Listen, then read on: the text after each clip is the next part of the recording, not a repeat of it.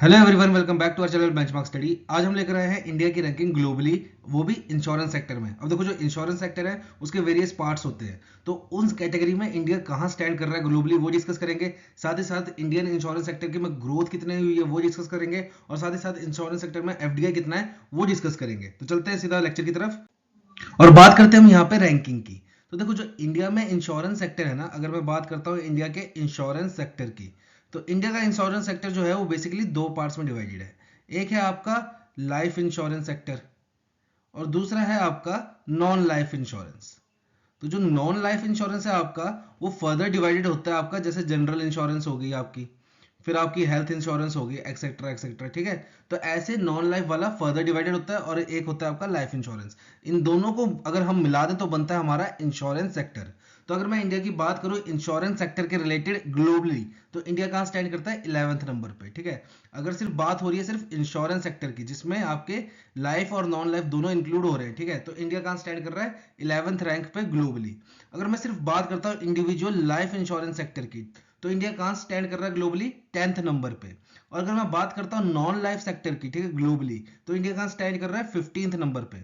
और अगर मैं और स्पेसिफिक करता हूं बात सिर्फ जनरल इंश्योरेंस की, जो कि नॉन लाइफ इंश्योरेंस का पार्ट है, ठीक है, तो इंडिया ग्लोबली कहां स्टैंड करता है 14th नंबर पे, और एशिया में कहां स्टैंड करता है 4th नंबर पे। ठीक है, तो ये काफी ध्यान से देने वाली बात है। ठीक है, एग्जाम में आपसे कोई भी रैंक पूछ सकता है, आगे आप पढ़ जरूर लीजिएगा कि किसके रिलेटेड रैंक पूछ रहा है। ठीक है, तो उस हिसाब से आपका आंसर होगा। अगर ग्लोबली इंश्योरेंस सेक्टर की बात कर रहा है तो 11th, अगर स्पेसिफिक लाइफ इंश्योरेंस की बात कर रहा है तो 10th, अगर नॉन लाइफ इंश्योरेंस की बात कर रहा है तो 15th, और अगर आपकी जनरल इंश्योरेंस की बात कर रहा है तो 14th, और अगर एशिया में पूछ रहा है जनरल इंश्योरेंस में रैंक कितनी है इंडिया की, तो 4th। ठीक है, अब बात करते हैं ग्रोथ की।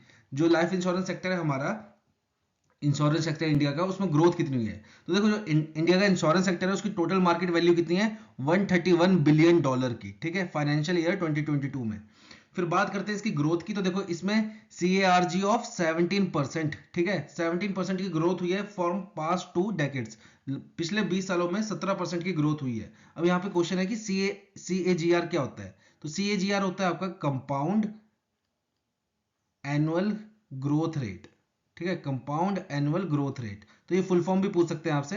तो CAGR की फुल फॉर्म क्या होगी, कंपाउंड एनुअल ग्रोथ रेट। और पिछले 20 ईयर्स का कितना है, ये 17% से इंडिया ग्रो कर रहा है इंश्योरेंस सेक्टर में, अगर पिछले 20 सालों का कंपैरिजन किया जाए। ठीक है, फिर इंडिया का शेयर कितना है ग्लोबल इंश्योरेंस मार्केट में।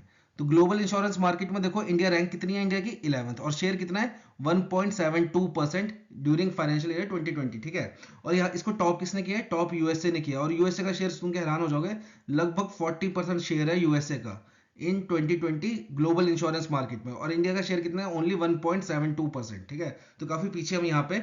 अगर मैं बात करता हूँ इंश्योरेंस पेनिट्रेशन इन इंडिया, ठीक है, तो देखो इंश्योरेंस पेनिट्रेशन कैसे निकलती है आपकी, total premium paid, total premium paid upon gross GDP of the country. तो इससे निकलते हैं आपका इंश्योरेंस पेनिट्रेशन। तो इंडिया में कितना था फाइनेंशियल ईयर 21 का 4.2%। ठीक है, जो कि पिछले साल से इंक्रीज हुआ, पिछले साल कितना था 3.76%। अब इस 4.2 में भी देखो लाइफ इंश्योरेंस का कितना है 3.2, और नॉन लाइफ इंश्योरेंस का कितना है 1%।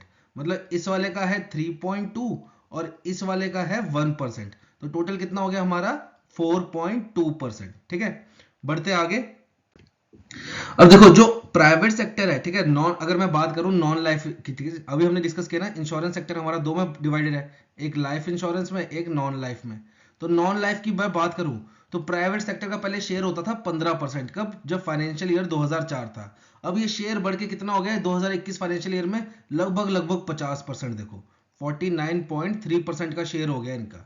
फिर अगर मैं बात करूं अगर इंश्योरेंस की, अगर इंडिया में टोटल 100 इंश्योरेंस हो रही है, ठीक है, तो 75.24 जो हो रही है इंश्योरेंस, वो किस फील्ड में हो रही है, लाइफ में हो रही है। देखो इंडिया में 75.24% जो इंश्योरेंस हो रही है वो किस कैटेगरी में हो रही है, लाइफ इंश्योरेंस में, और 24.76% किस में हो रही है, नॉन लाइफ इंश्योरेंस में। तो मतलब लोग आज भी लाइफ इंश्योरेंस को ज्यादा प्रेफर कर रहे हैं as compare to non life insurance. ठीक है, अब बात करता है नॉन लाइफ इंश्योरेंस में, अगर ये 24.76% नॉन लाइफ इंश्योरेंस में हो रही है, तो इसमें से सबसे ज्यादा कौन सी हो रही है, मोटर इंश्योरेंस हो रही है, कितना 34.1%। ठीक है, फिर उसके बाद दूसरा नंबर किसका आ रहा है, हेल्थ इंश्योरेंस का, कितना 29.5%। देखो इंडिया में वही ये बात, लोग हेल्थ को इतनी तवज्जो नहीं देते, ठीक है, इतनी इंपॉर्टेंस नहीं देते। और देखो मोटर इंश्योरेंस ज़्यादा हो रही है, और वो भी क्यों? क्योंकि इसमें चालान होता है, ठीक है, इसमें चालान होता है, इसलिए लोग ज़्यादा प्रेफर कर रहे हैं मोटर इंश्योरेंस ओवर हेल्थ। ये भी एक देखो गलत बात है, पहले आपको हेल्थ देखनी चाहिए, बाद में मोटर इंश्योरेंस करना चाहिए था, ठीक है। चलो कोई बात नहीं, अगर आगे बढ़ते हैं हम, बात करते हैं हम ट्रेडिशनल प्लान की। देखो हमारे पास दो तरीके के प्लान होते हैं, एक होता है आपका नॉन लिंक्ड, एक होता है लिंक्ड प्रोडक्ट। लिंक्ड प्रोडक्ट में क्या होता है, जो आपकी पॉलिसी होगी उस पर आपको जो रिटर्न मिलेगा, ठीक है, पॉलिसीज पे जो रिटर्न मिलेगा वो अकॉर्डिंग टू शेयर मार्केट मिलेगा, ठीक है, वो शेयर मार्केट के हिसाब से मिलेगा। और नॉन लिंक्ड में क्या होता है, आपको फिक्स रिटर्न मिलता है, फिक्स रिटर्न मिलता है, लिखा हुआ आता है कि आपको इतने पैसे मिलेंगे इतने साल बाद, ठीक है। अगर आप नहीं मरे बाय चांस, आपकी पॉलिसी मैच्योर हो रही है, तो आपको इतना पैसा मिलेगा फिक्स, ठीक है। और वहीं अगर लिंक्ड की बात करें, तो अगर शेयर मार्केट ऊपर होगा तो आपको अच्छा खासा पैसा मिल जाएगा, शेयर मार्केट नीचे होगा तो कम पैसा मिल सकता है, ठीक है। तो ये डिफरेंस होता है लिंक्ड और नॉन लिंक्ड में। तो देखो जितनी भी पॉलिसीज हो रही हैं उसमें से 85% हमारी नॉन लिंक्ड है, तो लोगों को अभी भी शेयर मार्केट की तरफ भरोसा नहीं है, ठीक है। और सिर्फ 15% जो है वो हमारी लिंक्ड प्रोडक्ट्स के थ्रू हो रही है पॉलिसीज। तो मतलब अब भी लोग प्रेफर कर रहे हैं कि उनको फिक्स्ड रिटर्न मिले, कोई बात नहीं कम मिलेगी कोई बात नहीं, पर फिक्स चाहिए उनको, कि उनको भरोसा होना चाहिए कि मेरे को 5 साल बाद इतने पैसे मिलेंगे मिलेंगे, ठीक है। तो वो अभी भी प्रेफर क्या कर रहे हैं, ट्रेडिशनल प्लान प्रेफर कर रहे हैं, ठीक है, जिसको हम क्या बोलते हैं, नॉन लिंक, जो आपका शेयर मार्केट के साथ कोई लिंक नहीं होता। और सिर्फ 15% लोग ही ऐसे हैं जो रिस्क ले रहे हैं, ठीक है, जो थोड़ा रिस्क टेकिंग है, और वो जा रहे हैं लिंक्ड प्लान के ऊपर, जिसमें बेस्ट एग्जांपल है आपका यूलिप, ठीक है। यूलिप प्लान जो है वो आपका लिंक्ड इंश्योरेंस का प्लान होता है, ठीक है, जिसमें आपको जो रिटर्न मिलती है अकॉर्डिंग टू शेयर मार्केट मिलती है। अब बात करते हैं हम यहाँ पे वेब एग्रीगेटर्स की। वेब एग्रीगेटर्स क्या होता है, सबसे पहले तो ये बात देखो, वेब एग्रीगेटर्स होते हैं आपके बेसिकली एक थर्ड पार्टी ऐप होती है, ठीक है, थर्ड पार्टी या वेब पेज बना लो, ठीक है, या ऐप बना लो, कुछ भी थर्ड पार्टी चीज होती है ये। और ये क्या करती हैं, ये अपने प्लेटफॉर्म पे दूसरी इंश्योरेंस कंपनी का प्रमोशन करती हैं, उनको बोलते हैं हम वेब एग्रीगेटर्स। जिसका बेस्ट एग्जांपल कौन कौन से है, पॉलिसी देखो हो गया आपका, ठीक है, पॉलिसी बाजार हो गया। इनकी अपनी इंश्योरेंस थोड़ी ना कोई भी, ये दूसरों की इंश्योरेंस अपने प्लेटफॉर्म पे प्रमोट कर रही हैं, तो उनको बोलते हैं हम वेब एग्रीगेटर्स। अब ये भी काफी इंक्रीज हो रहे हैं, और इनकी लगभग कितनी परसेंटेज हो गई है मार्केट में, 30% हो गई है, ठीक है, 30% डिजिटल इंश्योरेंस इनके थ्रू हो रही है। जो भी हमारे वेब एग्रीगेटर्स हैं उनके थ्रू हमारी 30% डिजिटल इंश्योरेंस हो रही है, ठीक है। तो ये भी काफी इंक्रीज हो रहे हैं। आगे बढ़ते हैं और बात करते हैं यहाँ पे एफडीआई की।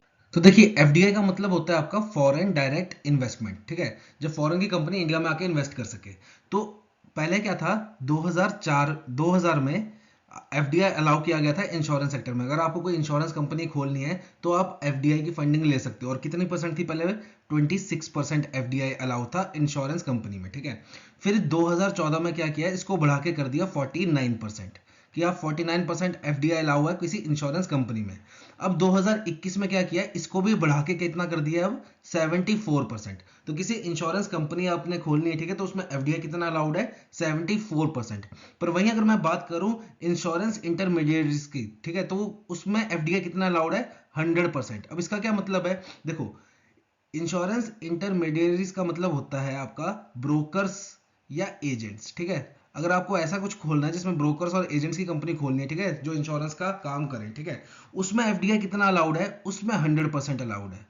पर अगर आपको इंश्योरेंस कंपनी खोलनी है, ठीक है, जो इंश्योरेंस प्रोवाइड करती है, ठीक है, जो जिसका प्लान होता है, जिसके कोई प्लान्स होंगे, कि जैसे हमारी एलआईसी एक कंपनी है, ठीक है, वैसे ही अगर आपको कोई कंपनी खोलनी है तो उसमें एफडीआई कितना अलाउड है, 74%।